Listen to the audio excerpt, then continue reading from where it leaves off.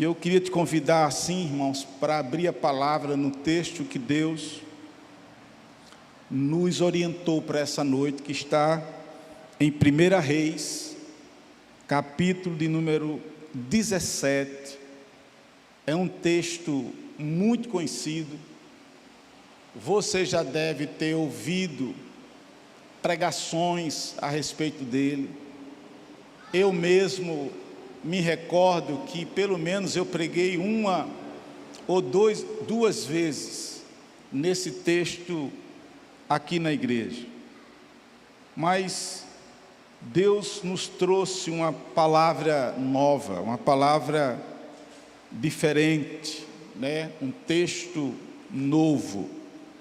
E eu gostaria que a gente pudesse ler, que a gente pudesse orar e que a gente pudesse, com a ajuda e com a graça do Senhor, expor esse texto.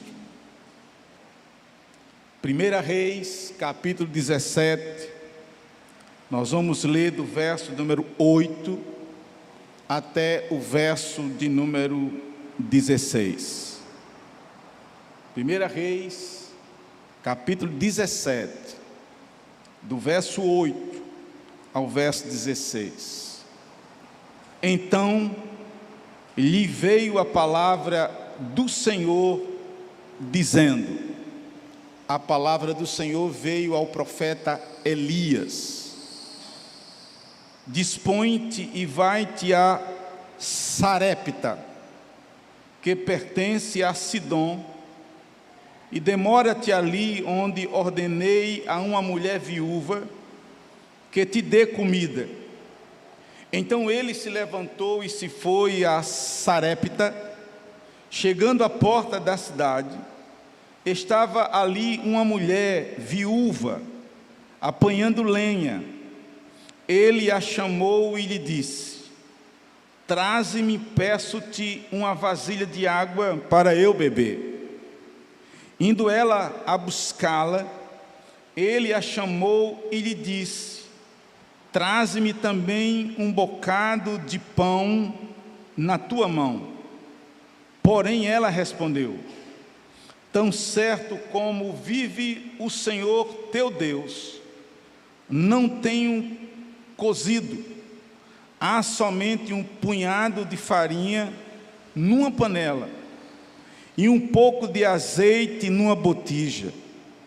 E vês aqui, apanhei 2 cavacos e vou preparar esse resto de comida para mim e para o meu filho. Comê-lo-emos e morreremos. Elias lhe disse: não temas, vai e faze o que disseste, mas primeiro faze dele para mim um bolo pequeno e traze-mo aqui fora. Depois farás para ti mesma e para teu filho. Agora veja o verso 14. Porque assim diz o Senhor, Deus de Israel: a farinha da tua panela não se acabará, e o azeite da tua botija não faltará, até o dia em que o Senhor fizer chover sobre a terra. Foi ela e fez segundo a palavra de Elias. Assim comeram ele, ela e a sua casa muitos dias. Da panela a farinha não se acabou, e da botija o azeite não faltou, segundo a palavra do Senhor, por intermédio de Elias. Amém, meus amados? Você crê nessa palavra? Você crê que o Deus de Elias é o nosso Deus? Você crê que o Deus de Israel é o nosso Deus? Vamos orar.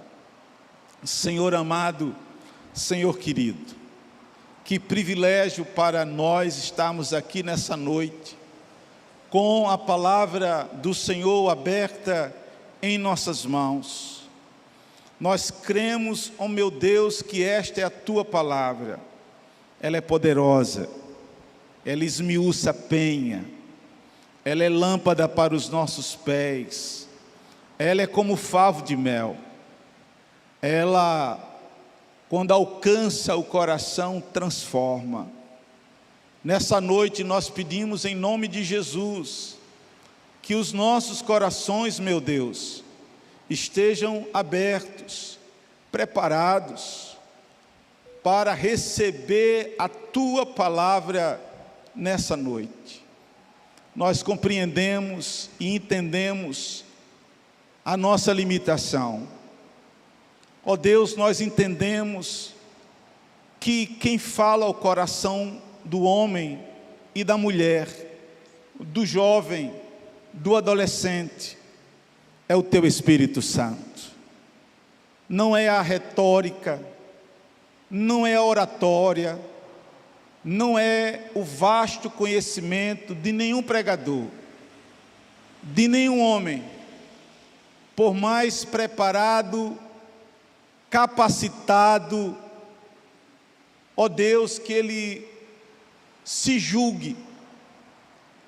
Nós entendemos que é o Teu Espírito que faz a obra, aleluia. Nós entendemos que é o Teu Espírito Santo que toca o coração.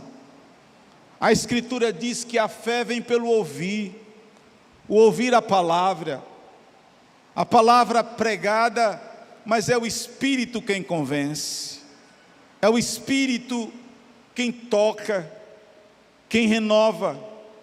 Meu Deus, que nessa noite, nós que aqui chegamos, possamos, meu Deus, confiar e crer na palavra, naquilo que ela revela, naquilo que ela fala, naquilo que ela traz. Ajuda-me, Senhor, na clareza, ajuda-me, Senhor, na exposição, ó Deus, mas que acima de tudo, o Teu Espírito Santo tenha liberdade neste lugar, e que fale ao nosso coração. Nós oramos no santo e poderoso nome de Jesus, amém, amém e amém. Algumas palavras introdutórias, elas sempre são necessárias a meu ver. Primeiramente, eu gostaria de dizer que o título da exposição dessa noite é Crendo na dependência de Deus e na sua provisão em tempos difíceis e sombrios. Crendo na dependência e na provisão de Deus em tempos difíceis e tempos sombrios. Eu não sei você, mas algumas vezes eu até já disse aqui, pregando em alguns textos, que quando eu me deparo com algumas histórias bíblicas, com algumas narrativas históricas que nós encontramos na Bíblia Sagrada, pela maneira narrativa que elas foram escritas, eu costumo dizer que algumas dessas histórias, me parece, elas são histórias que servem inclusive para aquecer o nosso coração. E sempre que eu falo isso, eu me lembro, obviamente, porque essa era uma seção de uma revista muito antiga, que ainda existe, chamada Seleções. Os mais jovens não conhecem essa revista, os mais antigos devem conhecer. E nessa revista tinha uma seção cujo título era História para aquecer o coração. E eram histórias narradas de modo dramático, de algum episódio, de algum evento que tinha acontecido com alguma pessoa ou com alguma família, algo tremendo, que a história realmente, quando a gente lia, quando a gente se deparava com ela, o nosso coração, de certo modo, ele era aquecido. Eu penso que algumas das histórias bíblicas que nós temos em nossas mãos, elas servem, meus irmãos e minhas irmãs, como que para aquecer o nosso coração. Eu penso que essas histórias, como eu digo, de certo modo, elas mexem com a nossa fé. Eu acho, isso aí é um pensamento meu, praticamente impossível, a não ser que a nossa espiritualidade não esteja muito boa. Isso pode acontecer, obviamente, mas eu acho muito difícil a gente se deparar com algumas narrativas históricas, como essa que nós lemos, e de certo modo, o nosso coração não ser mexido, a nossa fé, ela não ser mexida. Eu penso que histórias como essa mexem com a nossa fé, mexem com o nosso coração, mexem com a nossa esperança. E vou mais além. Eu creio, estou pregando porque eu creio que através da ação do Espírito Santo, essas histórias pregadas, lidas, narradas, ela tem poder de influenciar as nossas vidas. Assim eu creio. Eu creio que o Espírito Santo, ele pode pegar uma dessas histórias e ele pode, sobrenaturalmente, quando a gente lê, quando a gente narra, quando a gente prega, eu creio que o Espírito de Deus, ele pode falar conosco, mexer conosco, influenciar a nossa vida. Meus irmãos, é por isso que a segunda coisa que eu digo nessa introdução, e a mim me parece muito importante dizer isso sempre, nós não podemos encarar essas histórias como meras narrativas judaicas, como meras narrativas históricas de um povo, de uma etnia, ou de algumas pessoas. Eu não posso simplesmente parar e ler alguma dessas histórias e dizer, é bonito, é muito interessante, é comovente, é dramático, é passional, é apaixonante, e ficar somente nisso. Eu não creio, e eu espero que você também não creia assim, que essa história, ela foi colocada aqui casualmente. Nós não cremos nisso. Ela não está aqui por acaso. Ela está aqui porque Deus quis que essa história estivesse aqui. Ela está aqui porque um escritor, ele escreveu, inspirado pelo Espírito, e nós assim entendemos, e essa história está aqui, e se ela está aqui, a meu ver, é porque Deus quer falar ao nosso coração através dessa história. E veja, é interessante isso. Essa não é, a meu ver, amados e amadas, essa não é simplesmente a história de um profeta estranho, porque, diga-se de passagem, profeta Elias, cuja história começa aqui exatamente, 1 Reis capítulo 17, não se sabe direito a sua origem, não se sabe direito a sua ascendência de família, não se sabe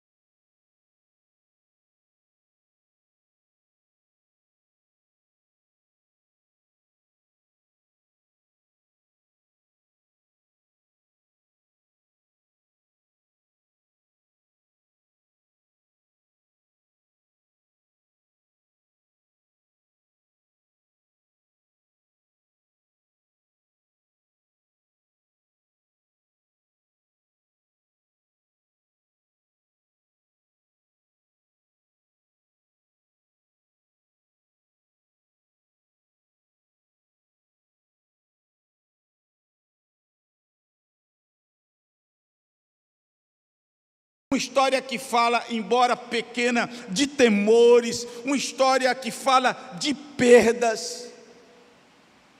A gente olha e diz: caramba, que história! Tem um profeta que, a mando de Deus, ele sai de um lugar para o outro, ele anda, segundo os estudiosos, cerca de 100 quilômetros de um lugar para outro. Ele está com sede, por causa da palavra dele, inclusive, estava sem chover sobre a terra, durante muito tempo, não tinha água, obviamente, não tinha alimentação para muita gente, e esse homem está com sede, esse homem está com fome. Ele se desloca de um lugar para o outro, beleza. Aí ele chega, Deus manda ele ir para uma viúva, ele vai numa viúva. A viúva, coitada, já é viúva, o que já era difícil. Ela tem um único filho, ela também está com sede, ela também está com fome. E aí, amados, quando eu olho essa história, eu estava meditando nela esta semana e pensando: Deus, é necessário que os nossos olhos espirituais possam ir mais adiante do que a narrativa. É necessário que os nossos olhos espirituais possam ir mais distante do que o historiador está narrando. É necessário que os nossos olhos espirituais, Senhor, vá mais além, porque senão a gente vai simplesmente olhar e dizer: essa é uma história dramática, essa é uma história de temores, de escassez, essa é uma história de medos, essa é uma história de fome, de sede. Mas quando a gente, pelos olhos espirituais, a gente vai mais além, a gente percebe que, acima de tudo, essa é uma história de dependência de Deus. A gente percebe que essa é uma história de provisão de Deus em tempos difíceis e em tempos sombrios. E eu não tenho nenhum temor de dizer aqui nessa noite que esse Deus que agiu aqui com Elias e com essa viúva, com seu filho, é o Deus que está aqui nessa noite, é o Deus que eu sirvo, é o Deus que você serve. Aleluia! Eu não tenho nenhum temor de dizer que creio no Deus da providência. Eu não tenho nenhum temor, querido e querida, de dizer que creio no Deus da dependência, o Deus da provisão. Esse é o Deus poderoso, esse é o Deus que se revela nessa história. E aí, amados e amadas, dito isso, eu fico pensando quantas lições essa história pode trazer. E eu penso, inclusive, amados e amadas, se nós fizéssemos um exercício, porque isso não é feito nas pregações de domingo à noite, né? Mas já imaginou se a gente lesse o texto e eu expusesse esse texto em 15 minutos, 20 minutos, dissesse: agora juntem em grupos pequenos, leiam o texto novamente, leiam novamente, leia novamente, leia 4, 5 vezes, orem a Deus, peçam que o Espírito os guie. Eu acredito que vocês tirariam muito mais lições, além daquelas que nós estamos expondo, ou vamos começar a expor aqui nessa noite. Mas buscando ao Espírito do Senhor, buscando a Deus, em oração. Eu disse: Deus, o que é que essa história pode trazer para nossas vidas, para a vida da Nazasul que está aqui nessa noite, para a vida das famílias que estão aqui nessa noite. Que lindo ver a família de Marcos, de Eliane, com os meninos, de Alda, de Jairo, veio só a Julie, mas tem o André, e nós queremos que outras famílias, no culto da família, participem também do nosso culto da família. Não é exclusividade apenas de alguns casais dessa igreja. Nós queremos que outros participem também, vindo aqui marido, esposa e os rebentos. É bonito demais. E nós nem planejamos trazer os meninos, eles trouxeram por conta própria. Que coisa linda. bênção de Deus. O que é que Deus quer ensinar para nós? O que é que Deus quer ensinar para a gente? Eu tirei 4 lições, irmãos. Eu espero que a gente seja alimentado pela palavra nessa noite. Amém? Amém, amém? Vocês estão aí? Bênção pura. A primeira coisa que Deus falou comigo nessa história foi o seguinte: não duvide, olha só, dos meios e mecanismos que Deus usa para cumprir os seus planos e os seus propósitos.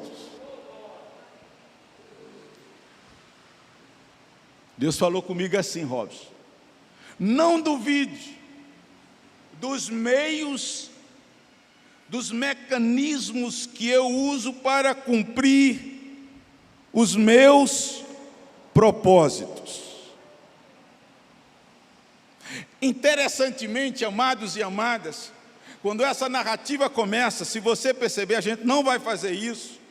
Quando a história de Elias começa, no capítulo 17, a gente vai perceber no início, nós não vamos fazer isso por causa do tempo, que Deus manda o profeta ficar em determinada localidade. E ali naquela determinada localidade já acontece algo que eu chamo de milagre natural e sobrenatural de Deus, porque Deus disse assim: olha, está faltando água, você vai ficar aí, tem um ribeiro aí, tem água para você. E ele fica ali, mas não tinha comida.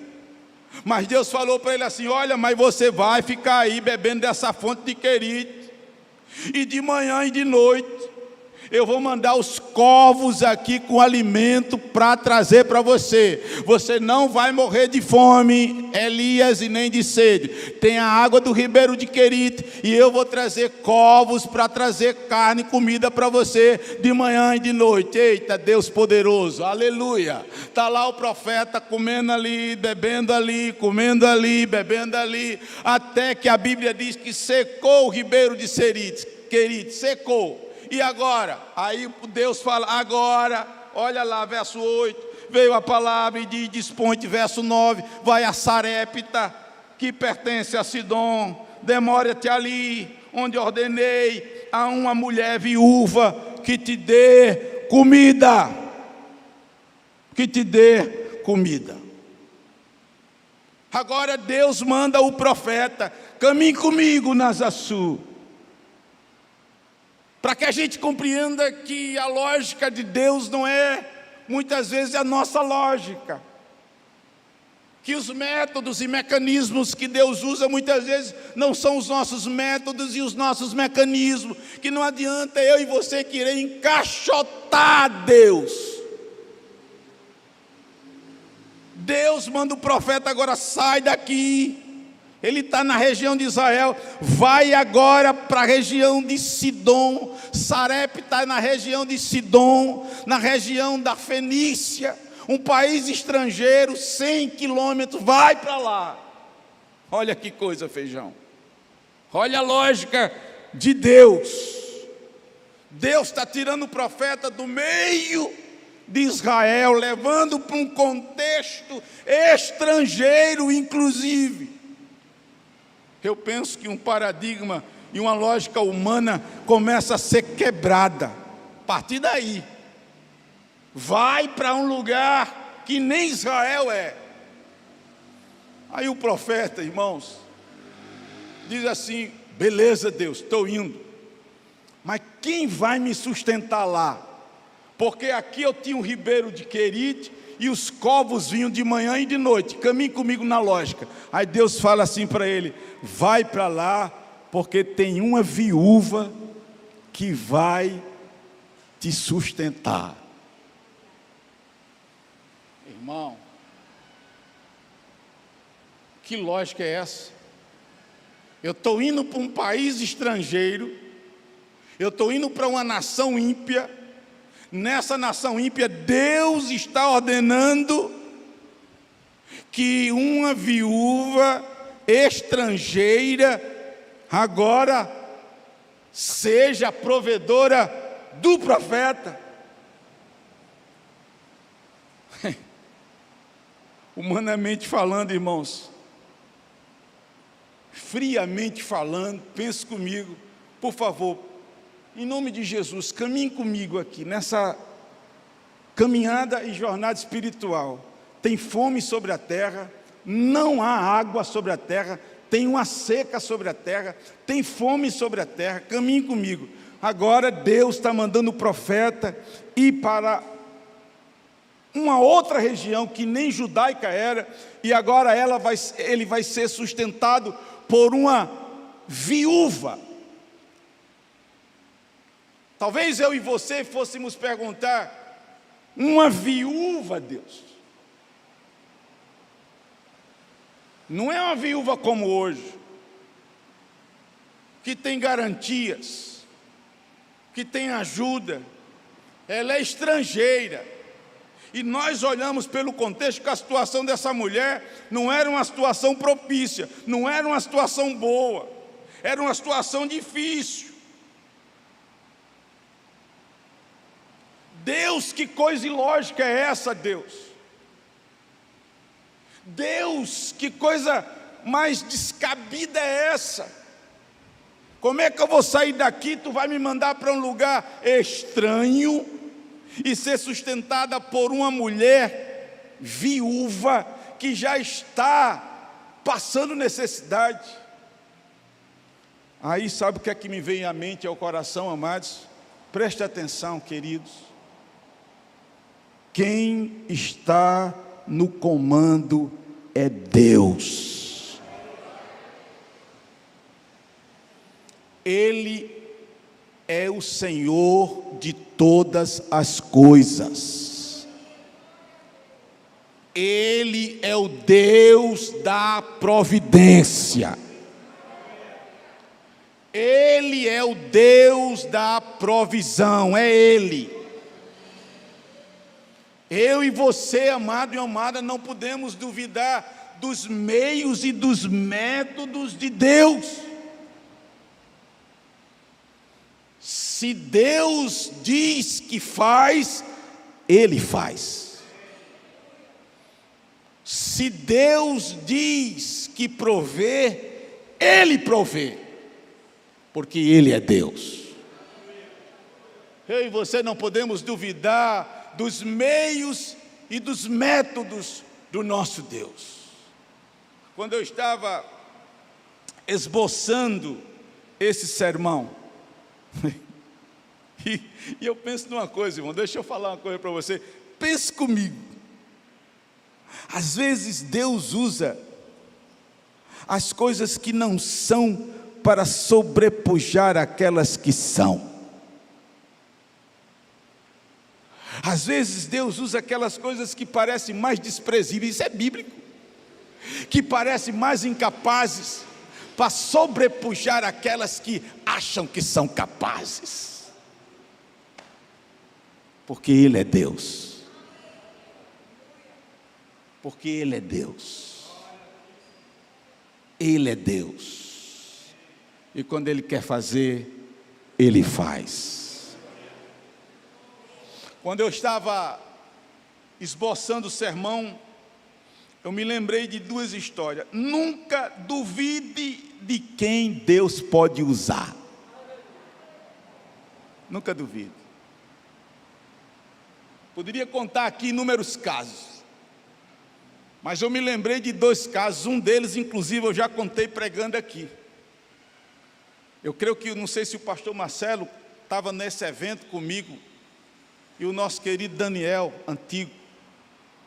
Quando o pastor Edson Barbosa, um pastor muito conhecido, discipulador de pastores, presta atenção nessa história, discipulador de pastores, alguns pastores inclusive aqui de Natal foram discipulados por esse homem de Deus. Ele nos contou num evento pastoral, falando sobre isso, de quem Deus usa, os métodos que Deus usa, como Deus faz, irmãos. Que um dia ele estava deprimido, ele estava angustiado, ele estava pensando em deixar o ministério, ele estava arrebentado. Ele não tinha dito isso a ninguém sabia, nem a esposa dele sabia. Ele estava torado no meio.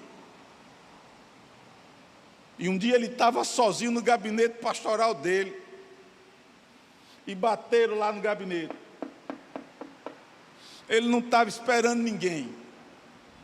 E aí ele disse que abriu a porta. Quando abriu a porta, era uma irmã da igreja.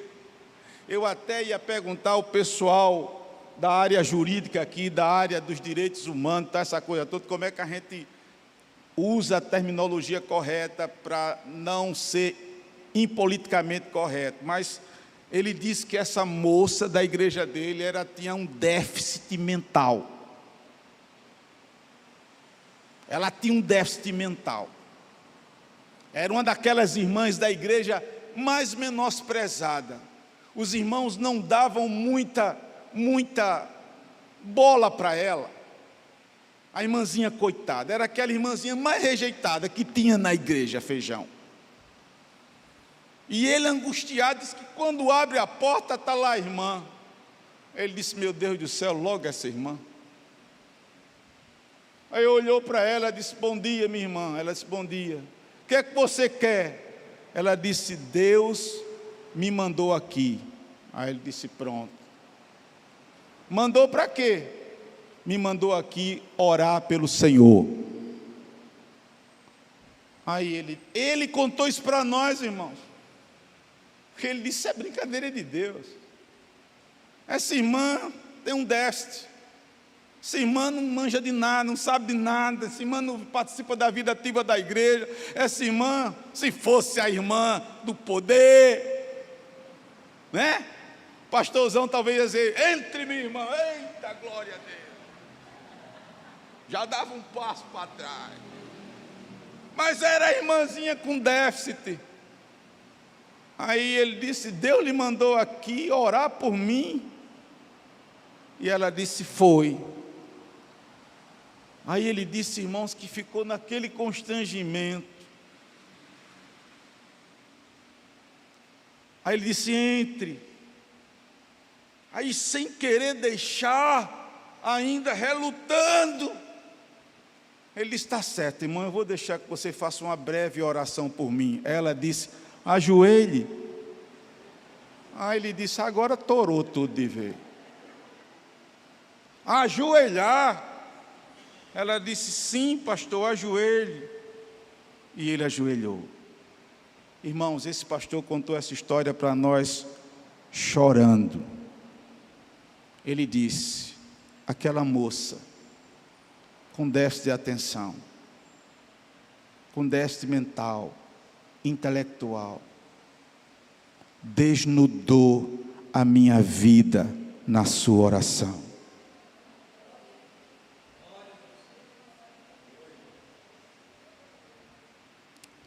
E no final, ela foi o bálsamo de Deus para aquilo que eu estava enfrentando naquele momento. Meus irmãos, não duvide dos meios, dos métodos, dos incapazes que nós julgamos muitas vezes. Do mesmo modo que eu vi um dos pastores que eu sigo ele é pastor em BH. Na época que houve um terremoto lá no Haiti, ele foi para dentro ajudar o povo lá. Esse homem ficou lá, ele tem uma boa igreja na região de Minas Gerais. E ele testemunhando num evento que eu estava, ele disse: irmão, vocês não sabem, eu precisava de dinheiro, preste atenção, irmão. Ele disse: eu precisava de dinheiro. E aí ele disse que planejou fulano, ciclano, beltrano, que era gente que ele conhecia, que tinha de grana. E ele volta para a região da cidade dele. Ele liga para um empresário crente da cidade. E aí ele já almoçou com esse empresário crente, querido e querida. E aí ele contou o que estava passando lá no Haiti, a sua necessidade, a sua carência, a sua dependência. E disse: eu preciso da sua ajuda. E o cara se emocionou, o empresário crente. E quando terminou a conversa, o cara pegou o talão de cheque, passou um cheque, dobrou o cheque, entregou a ele, disse: eu estou comovido. Ele guardou o cheque. Ele disse que no carro nem queria tirar o cheque, porque ele disse: meu Deus, isso deve ser um checão, meu Jesus. Chegou em casa, chamou a esposa dele e disse: o caba chorou, me deu um cheque, eu estou aqui com cheque. Chegou, estou emocionado, eu não sei nem como é que eu olho esse cheque. Quando olhou o cheque, R$200. Disse: meu Deus, que vergonha. Mas ele tinha contado a história na igreja dele, que é uma igreja humilde. Na segunda-feira, a mulher mais pobre da igreja dele ligou para ele e disse: pastor, eu quero ir com meu filho. E marcou um gabinete com ele. E quando chegou no gabinete, ela abriu uma bolsa, tirou um pacote de dinheiro e disse: pastor, meu pastor, eu fui quebrantada com o auxílio do Haiti. Eu trouxe aqui quase 40 mil para o senhor levar para o Haiti. A mulher mais pobre da igreja. Aí ele disse, ela com o filho, ele pegou o dinheiro, empurrou o dinheiro de volta para ela e disse: minha irmã, eu não posso aceitar isso. Eu sei da sua luta, a senhora é costureira, eu sei da sua dificuldade, eu sei do que a senhora passa, eu sei da luta que a senhora teve para criar seus meninos, eu sei, era uma senhora de idade, eu sei, minha irmã, ela disse: pastor, isso foi uma causa que estava na justiça, que saiu agora, e Deus tocou no meu coração, e empurrou o dinheiro de volta para o pastor e disse: não faça isso, pastor, não faça isso, porque Deus me mandou aqui entregar esse dinheiro de todo bom grado e abençoar. Receba, pastor, não vai me fazer falta. Oh, irmãos, não duvide dos meios, mecanismos e pessoas que Deus pode usar, quando Ele quer usar. Quando Ele quer usar. Mas há uma segunda lição. A segunda lição que eu tiro desse texto, amados e amadas, além da primeira, de não duvidar dos métodos desse Deus poderoso, é com a ajuda, presta atenção, com a ajuda da graça de Deus, que eu e você estejamos prontos para repartir aquilo que Deus provisionou e capacitou a gente. Vou repetir. Essa história me ensina que eu preciso buscar a ajuda e a graça de Deus, para que quando eu for abençoado, quando Ele me provisionar, quando Ele me visitar, que eu possa repartir aquilo que Ele trouxe para mim, que eu não seja egoísta. Se Ele trouxe para mim, Deus da provisão, aleluia, o Deus da dependência, o Deus do cuidado, o Deus da providência, Ele me provisionou, Ele me abençoou, Ele me capacitou, agora é meu. Que eu seja um instrumento repartidor, que eu seja um instrumento de bênção para aqueles que me cercam, querido e querida. O que me chama a atenção na história dessa mulher é a sua liberalidade.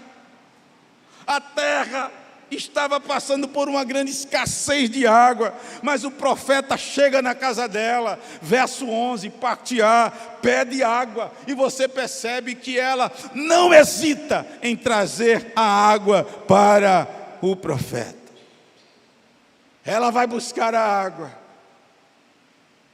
Talvez fosse pouca água que ela tivesse, mas o pouco que ela tinha, ela vai e divide com o profeta. Querido e querida, eu fico pensando na hombridade, na humildade, na liberalidade dessa viúva em repartir talvez aquilo que fosse naquele momento um dos maiores bens para ela, que era a água. Ela vai lá dentro e ela traz a água para o profeta. Eu fico pensando, irmãos, que lição,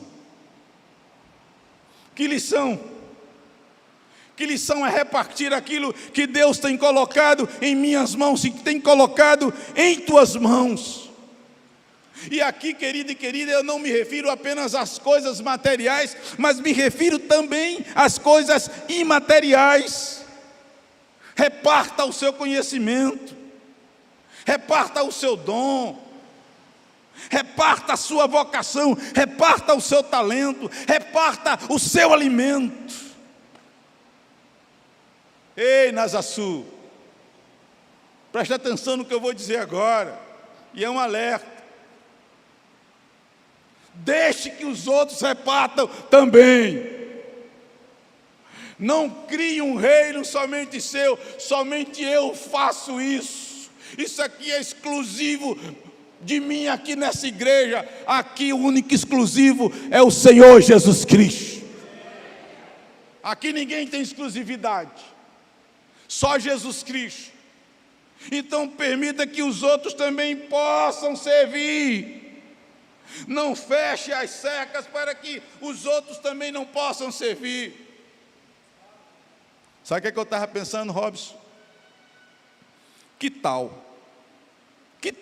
eu topo, que tal, Pedro, você que tem falado comigo o tempo todo aqui, esse jovem, vamos criar uma cultura de serviço nessa igreja, pastor, cultura de serviço, é toda semana Pedro fica, cultura de serviço, legal, vamos criar um chavão aqui, na Nazaçu, vamos fazer camisa, vamos fazer bottom, mas que não seja apenas uma coisa exterior, que seja interior. E o chavão é: em que posso servi-lo? Não é legal? Ou o que é que eu posso repartir com você? Já imaginou, irmão?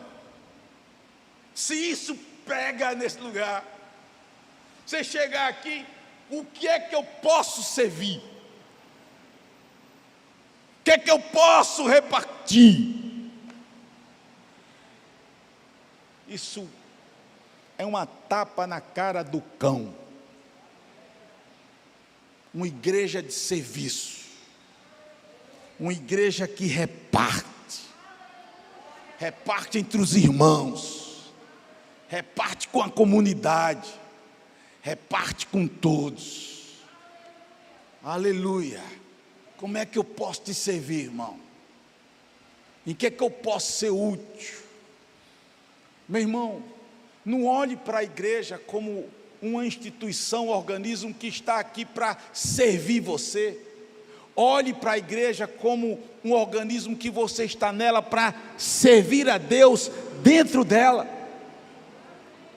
Isso muda, porque quando a gente entra numa igreja pensando que está aqui para a igreja lhe servir, a gente fica no bem bom, tudo para nós é motivo de crítica, tudo para nós é motivo de falar alguma coisa, é assim, é assado, é assim, é assado, mas quando eu chego e digo eu quero ser útil aqui nesse lugar, eu quero repartir aqui nesse lugar, eu quero colocar o meu dom aqui nesse lugar, a minha vocação aqui nesse lugar, queridão e queridona, sai, porque é bênção demais.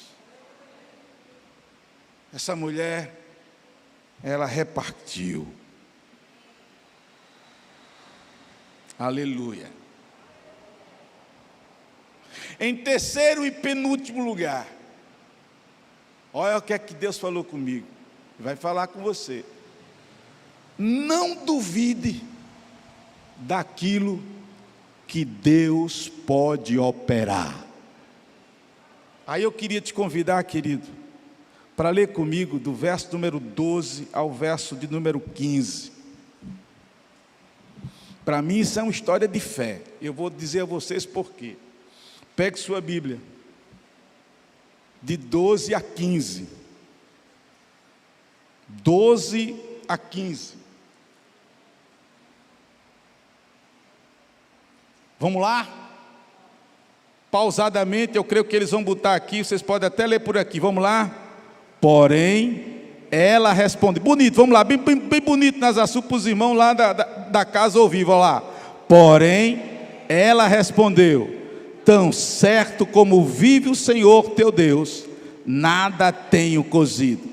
Há somente um punhado de farinha numa panela, e um pouco de azeite numa botija, e veis aqui, apanhei 2 cavacos, e vou preparar esse resto de comida para mim, e para o meu filho, comê-lo-emos e morreremos. 13, Elias lhe disse, não temas, vai e faz o que disseste, mas primeiro, faze dele para mim um bolo pequeno, e traze-mo aqui fora. Depois farás para ti mesma e para teu filho. 14, porque assim diz o Senhor, Deus de Israel, a farinha da tua panela não se acabará, e o azeite da tua botija não faltará, até o dia em que o Senhor fizer chover sobre a terra. Foi ela e fez segundo a palavra de Elias.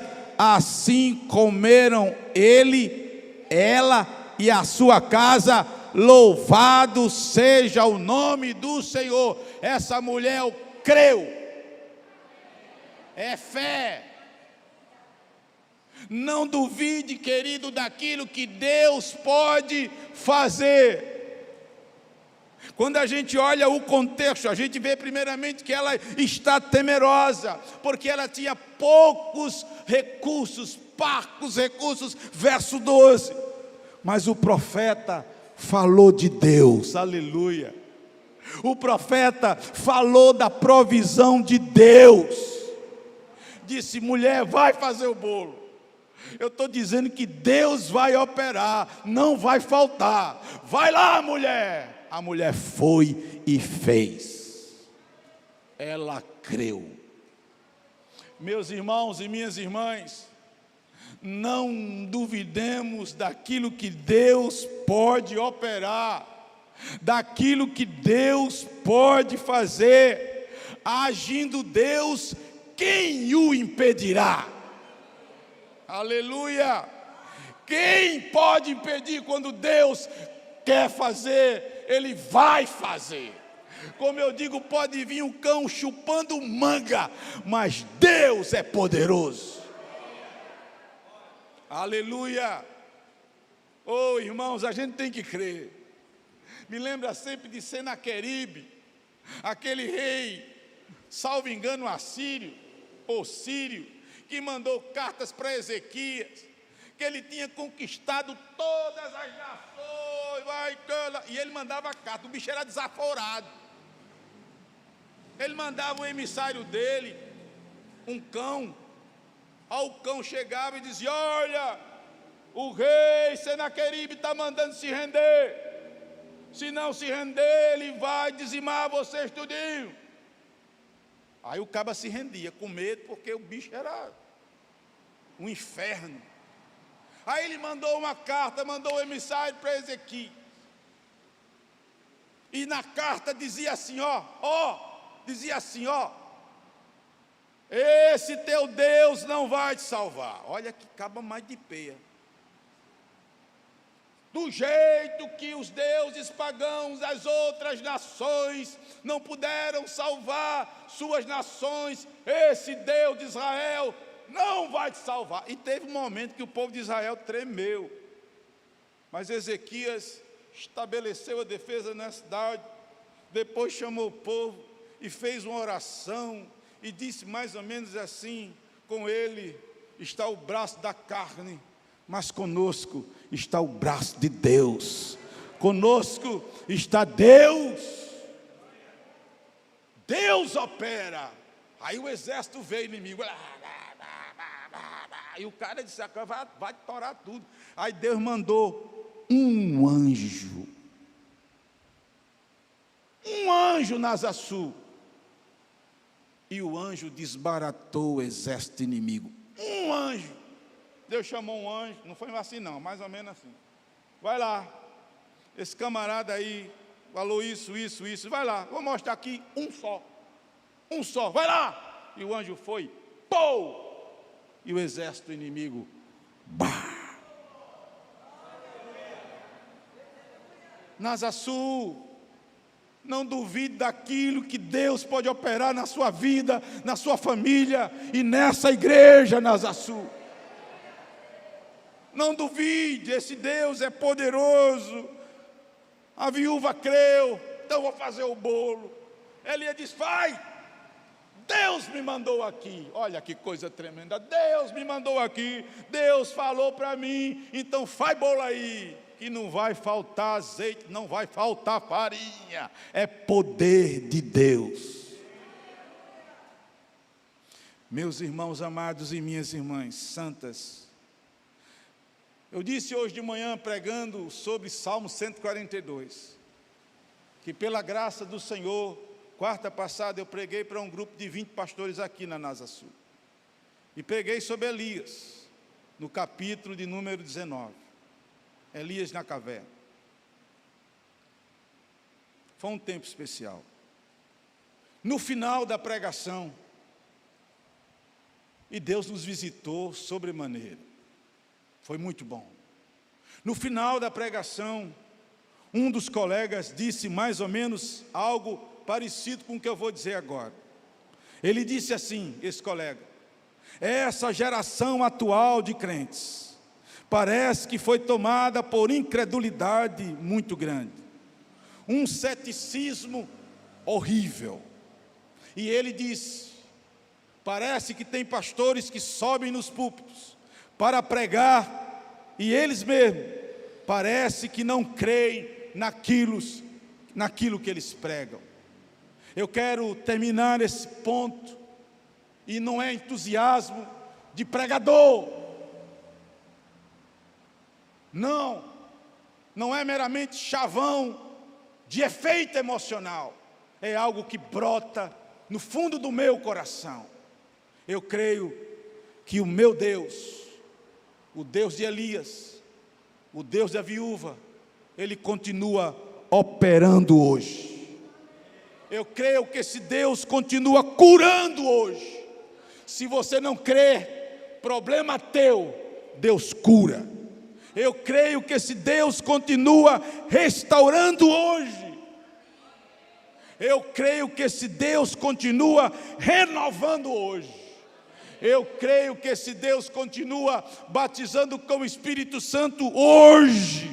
Eu creio que Ele continua falando ao meu coração e ao seu coração hoje. Esse Deus não mudou.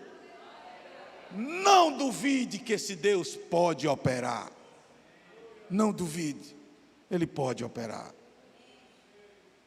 Meus irmãos, eu quero terminar essa pregação dizendo uma última lição que essa história me traz. E que lição? Olha só, a lição que eu tiro aqui, creia nisso, é que os poucos recursos, quando eles são operados por Deus, eles podem até sobejar.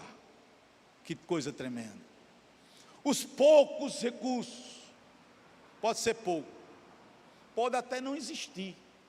Deus é aquele que traz à existência o que não existe. Eu creio nisso.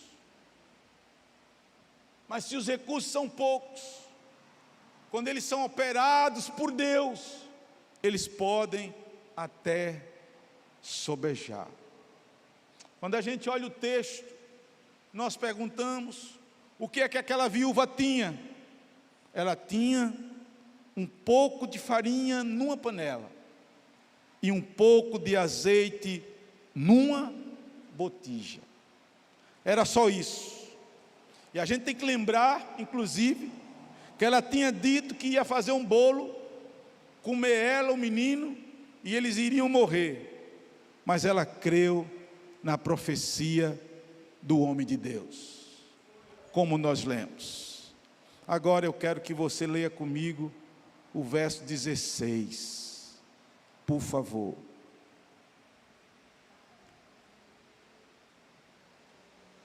(17, 16). Vamos ler juntos, meus irmãos. Vamos lá, o que é que diz?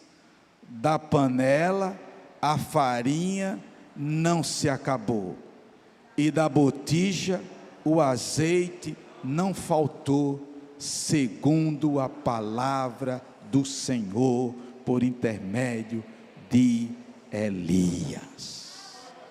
Vamos ler de novo, irmão. Vamos ler de novo, para a gente sair daqui com o coração cheio de fé e esperança. O que é que diz? Da panela a farinha não se acabou, e da botija o azeite não faltou, segundo a palavra do Senhor, por intermédio de Elias.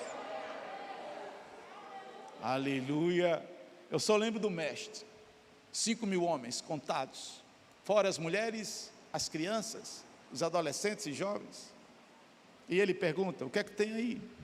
Tem 5 pães e 2 peixinhos. O que é isso?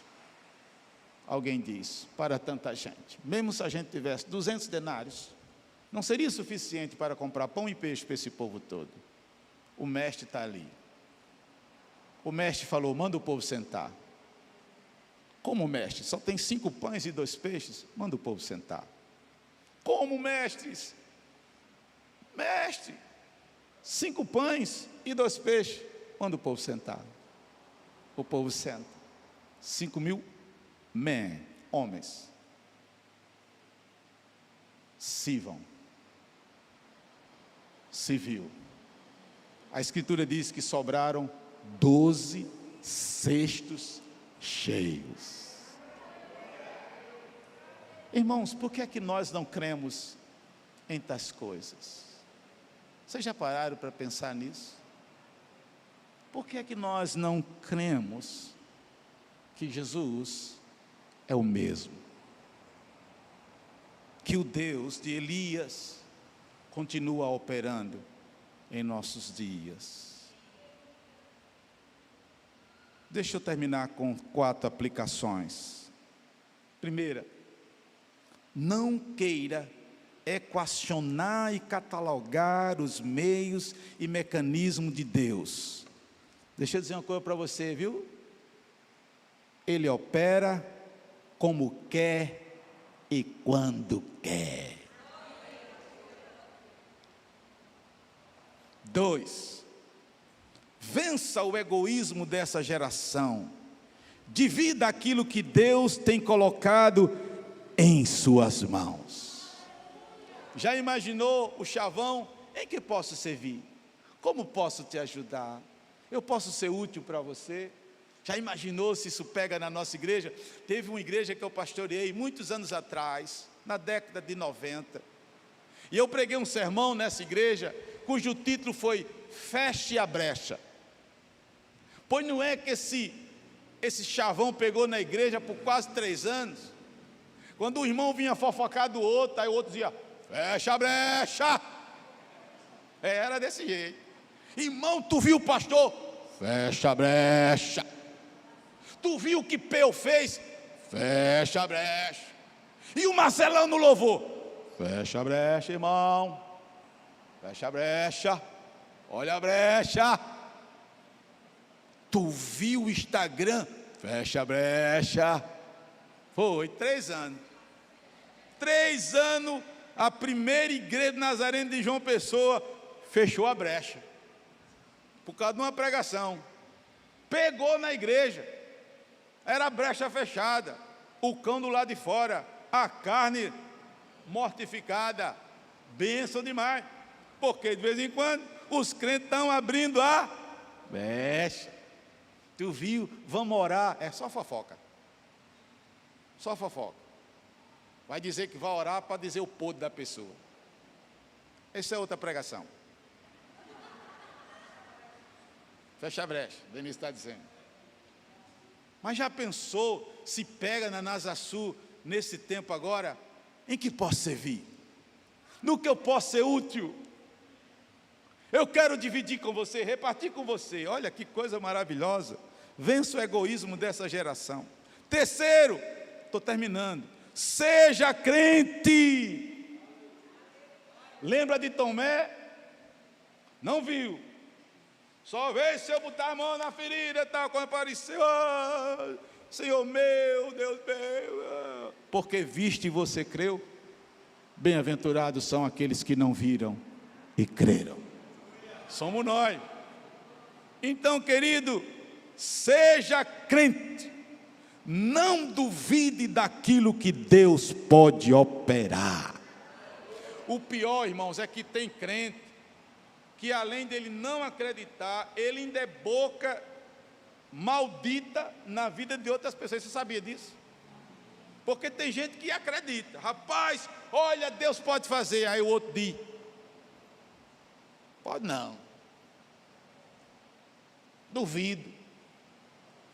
Rapaz, isso é um negócio ladrão de alegria. Vai roubar a alegria de outra pessoa, rapaz. Vai procurar o que fazer. Quarto, quando Deus opera, os recursos podem até sobejar. Deus é poderoso. Você crê nisso, irmão?